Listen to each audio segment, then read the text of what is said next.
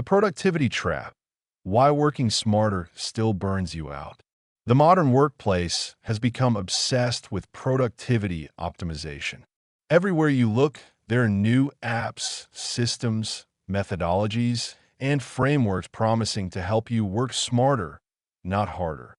From the Pomodoro technique to getting things done, from time blocking to the latest AI-powered productivity tools, we've built an entire industry around the promise that the right system will finally give us control over our work and our lives. Yet despite all these innovations and optimizations, burnout rates continue to climb. According to recent studies, over 75% of workers report experiencing burnout, with the highest rates among those in knowledge work. The very people who are most likely to be implementing sophisticated productivity systems. This presents a troubling paradox. If we're working smarter than ever before, why are we more exhausted, stressed, and overwhelmed than previous generations? The answer lies in understanding what we might call the productivity trap, a psychological and cultural phenomenon where the pursuit of efficiency itself becomes a source of stress, anxiety, and ultimately, the very burnout it was supposed to prevent. This isn't just about working too much. It's about how our relationship with productivity has fundamentally changed our relationship with work, rest, and ourselves. The psychology of productivity obsession. To understand the productivity trap, we need to first examine why productivity optimization has become so psychologically appealing in the first place. The promise of productivity systems taps into some of our deepest psychological needs and anxieties. The illusion of control. Human beings have a fundamental need for control and predictability. In an increasingly uncertain world, with economic instability, rapid technological change, and global upheaval, productivity systems offer the comforting illusion that we can control at least our immediate work environment. If we just follow the right system, use the right app, or implement the right framework, we believe we can master our chaos and achieve the elusive work-life balance. This psychological appeal is so strong that people often become more invested in perfecting their productivity system than in actually doing productive work. They spend hours researching new apps, tweaking their workflows, and optimizing their systems, all while feeling busy and engaged without necessarily accomplishing meaningful work. The dopamine hit of optimization. Each time we implement a new productivity hack or reorganize our system, we get a small dopamine hit from the sense of progress and improvement. This creates what psychologists call an intermittent reinforcement schedule, occasional rewards that are highly addictive. We become hooked on the feeling of optimization itself, constantly seeking the next improvement, the next system upgrade, the next productivity breakthrough. This addiction to optimization can become more compelling than the actual work we're trying to optimize. People report feeling more excited about setting up a new task management system than about completing the tasks within it. The means becomes more engaging than the end. The quantified self-movement. Productivity culture has become entangled with the quantified self-movement. The belief that we can understand and improve ourselves through data collection and analysis. Modern productivity tools offer detailed analytics. How many tasks we completed, how much time we spent on different activities, our productivity scores and trends. While data can be useful, this quantification often reduces complex, meaningful work to simple metrics that may not capture what actually matters. A writer might optimize for words per day while sacrificing quality. A manager might focus on email response time while neglecting strategic thinking. The measurable becomes more important than the meaningful.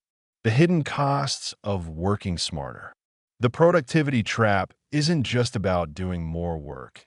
It's about how the pursuit of efficiency changes the nature of work itself in ways that can be psychologically and physically exhausting. The fragmentation of attention. Most productivity systems emphasize breaking work into smaller, discrete tasks and time blocks. While this can improve focus in theory, in practice it often leads to severe attention fragmentation. Instead of engaging in deep, sustained work on complex problems, we're constantly switching between tasks, checking systems, and managing our productivity infrastructure. Research in cognitive psychology shows that task switching carries significant mental overhead. Each time we switch contexts, even briefly, there's a switching cost, a period where our brain needs to refocus and reload the new context. When productivity systems encourage constant task switching and system checking, these switching costs accumulate throughout the day, leaving us mentally exhausted even when we feel we've been productive. The tyranny of the optimized schedule. Time blocking and calendar optimization promise to give us control over our schedules, but they often create a different kind of tyranny. When every minute is accounted for and optimized, there's no space for spontaneity, creativity, or the kind of unstructured thinking that often leads to breakthrough insights. Many knowledge workers report feeling trapped by their own optimized schedules. They've eliminated inefficiencies like walking meetings, casual conversations, or unstructured thinking time, not realizing that these inefficiencies often serve crucial psychological and creative functions. The result is days that feel productive on paper, but leave them feeling mechanized and depleted. The paradox of choice in productivity systems. The abundance of productivity tools and methods creates what psychologist Barry Schwartz calls the paradox of choice. When faced with dozens of task management apps, multiple time management methodologies, and countless optimization strategies, people often become paralyzed by the options or constantly second-guess their choices. This leads to what we might call productivity system hopping, constantly switching between different tools and methods in search of the perfect system. Each switch requires time to learn new tools, migrate data, and establish new habits, creating productivity overhead that actually reduces rather than increases efficiency. The always-on optimization mindset. Perhaps most insidiously, productivity culture promotes an always-on optimization mindset where every moment is seen as an opportunity for improvement. Waiting in line becomes a chance to process email. Commuting becomes podcast learning time. Even leisure activities are optimized for maximum benefit or efficiency. This mindset eliminates genuine rest and recovery time. The brain never gets a chance to truly disengage, process experiences, and restore energy. What feels like productivity optimization actually prevents the kind of mental restoration that makes sustained high performance possible. The biological reality of human performance. The productivity trap becomes even more problematic when we consider the biological realities of human performance and attention. Our brains and bodies have natural rhythms and limitations that productivity culture often ignores or tries to override. Ultradian rhythms and natural energy cycles. Research in chronobiology shows that humans operate on natural 90 to 120-minute cycles called ultradian rhythms. During each cycle, we experience periods of high alertness followed by periods where attention naturally wanes. Traditional productivity advice often tries to maintain constant high performance throughout the day, fighting against these natural rhythms rather than working with them. When we try to maintain peak productivity for 8 to 12 hours straight using coffee, willpower, and productivity systems, we're essentially forcing our biology into an unnatural state. This creates significant physiological stress, even when the work itself isn't particularly demanding. The depletion of mental resources. Cognitive psychology has identified that mental resources like attention, willpower, and decision-making capacity are finite and become depleted through use. Productivity systems often increase rather than decrease the number of decisions we need to make throughout the day. Which task should I work on next? Should I switch to a different project? Is this the most important use of my time right now? The constant metacognitive load of managing productivity systems, deciding what to work on, when to take breaks, how to prioritize tasks, can be more mentally exhausting than the actual work. We end up spending significant mental energy on the management of work rather than on the work itself. The stress response to optimization. The human stress response system evolved to handle acute, physical threats followed by periods of recovery.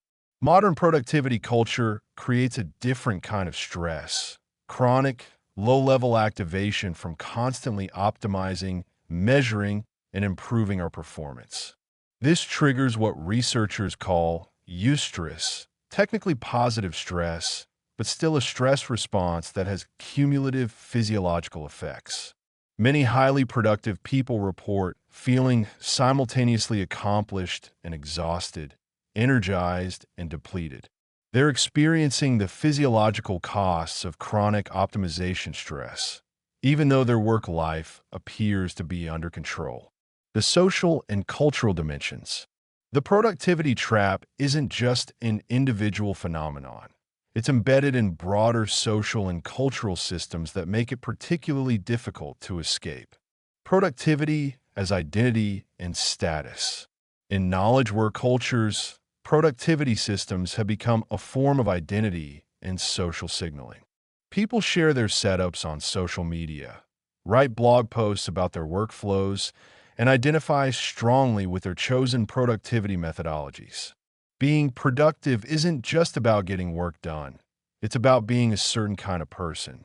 This identity investment makes it psychologically difficult to question productivity systems or acknowledge their costs. Admitting that your productivity system is causing stress feels like admitting that you're not the organized, efficient person you've constructed your identity around being. The competitive productivity culture. Workplaces and professional communities often create competitive environments around productivity. Teams compare their velocity, individuals showcase their output, and productivity becomes a form of professional competition. This transforms productivity from a tool for better work-life balance into another dimension of workplace stress and performance anxiety. The fear of being seen as less productive than colleagues can drive people to implement increasingly complex systems and maintain unsustainable work patterns, all while feeling like they're being smart about their work. The myth of the productivity solution. Our culture promotes the myth that the right productivity system will solve fundamental problems with work-life balance, job satisfaction, and personal fulfillment. This places the burden of workplace dysfunction on individual workers to optimize their way out of systemic problems. When productivity systems don't deliver the promised transformation, people often blame themselves for not implementing them correctly rather than questioning whether the underlying premise is flawed. This creates cycles of system switching and self-blame that add to rather than reduce stress. The diminishing returns of optimization. As with many forms of optimization, productivity improvements follow the law of diminishing returns. The first few productivity improvements often yield significant benefits, but each additional optimization provides smaller gains while requiring increasing effort and complexity. The 80-20 rule of productivity systems. The Pareto principle suggests that 80% of productivity benefits come from 20% of the system complexity. A simple task list and calendar might provide most of the benefits that people seek from productivity systems. However, productivity culture pushes people toward the remaining 20% of benefits, which require 80% of the system complexity. This leads to productivity systems that are sophisticated, time-consuming to maintain, and provide marginal benefits while creating significant overhead. People become trapped in systems that are more complex than the work they're trying to organize. The perfectionism trap. Many productivity systems appeal to perfectionist tendencies, promising complete control and optimization of work life. This attracts people who are already prone to perfectionist thinking and provides them with elaborate tools for expressing their perfectionism. However, perfectionism is a known contributor to burnout, anxiety, and decreased performance. Productivity systems that enable and encourage perfectionist tendencies may actually worsen mental health outcomes, even as they provide the illusion of being helpful tools. The optimization treadmill. Like hedonic adaptation in psychology, there's a phenomenon we might call optimization adaptation. Each productivity improvement initially feels significant, but we quickly adapt to the new level of efficiency and it becomes our new baseline. This drives the constant search for the next optimization, the next system upgrade, the next productivity breakthrough.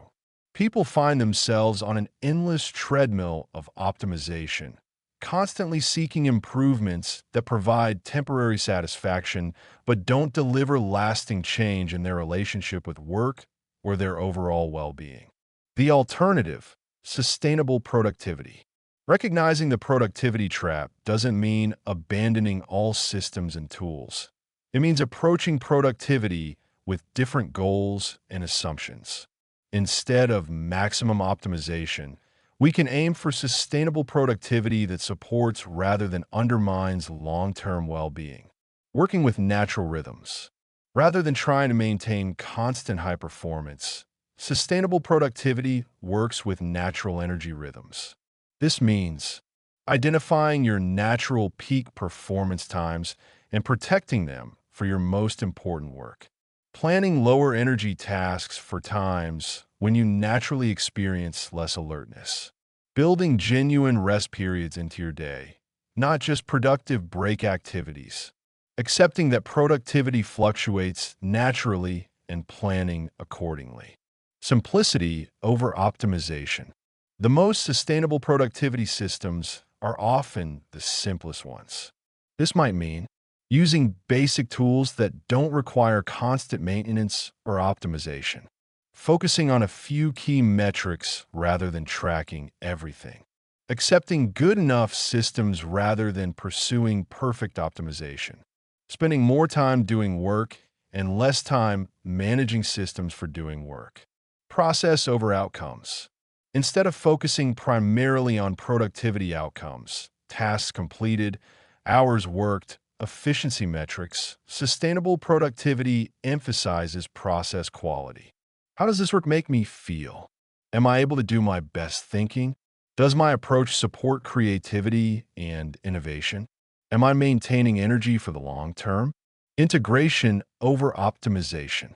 Rather than trying to optimize work life separately from the rest of life, sustainable productivity seeks integration and balance, allowing work rhythms to fluctuate based on life circumstances, protecting time for relationships, health, and personal interests, viewing productivity as supporting life goals rather than being a goal in itself, recognizing that inefficiencies like rest, play, and spontaneity often serve important functions.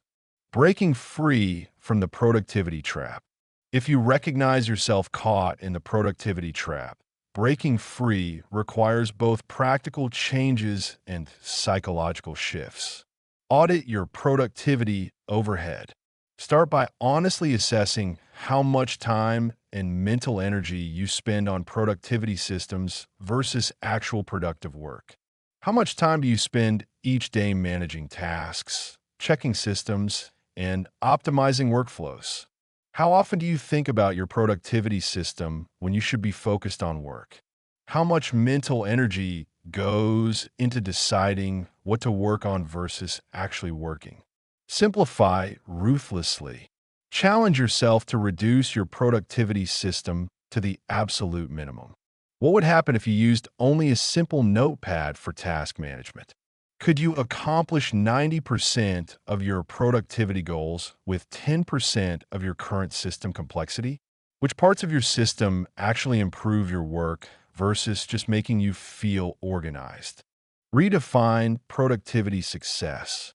Instead of measuring productivity through task completion or time optimization, consider alternative metrics: quality of thinking and creative output, sustainable energy levels throughout the day and week, overall life satisfaction and work-life integration, long-term career and personal development. Practice productive rest. Build genuine rest and recovery into your routine. Time that isn't optimized for any particular outcome. Schedule blocks of time with no agenda or productivity goal. Practice activities that engage different parts of your brain than work does. Allow for boredom and mind wandering, which often lead to creative insights. Protect sleep, exercise, and social time as non-negotiable foundation elements. Conclusion: productivity as a tool, not a master. The goal isn't to eliminate all productivity systems or stop caring about efficiency. The goal is to recognize when the pursuit of productivity has become counterproductive and to develop a healthier, more sustainable relationship with optimization. True productivity isn't about doing more things faster. It's about doing meaningful work in a way that supports your long-term well-being and effectiveness. Sometimes this means working smarter, but sometimes it means working differently or even working less. The most productive people often aren't those with the most sophisticated systems, but those who have learned to focus on what truly matters while maintaining the energy and creativity to do their best work over the long term. They've escaped the productivity trap by remembering that productivity is a tool to support a meaningful life, not a goal in itself. By understanding the psychological and biological realities behind the productivity trap, we can make more conscious choices about how we structure our work lives. We can pursue efficiency where it truly helps while protecting the space for rest, creativity, and the kind of unoptimized human experiences that make work and life meaningful. The best productivity system might be the one that helps you work well without thinking about productivity at all.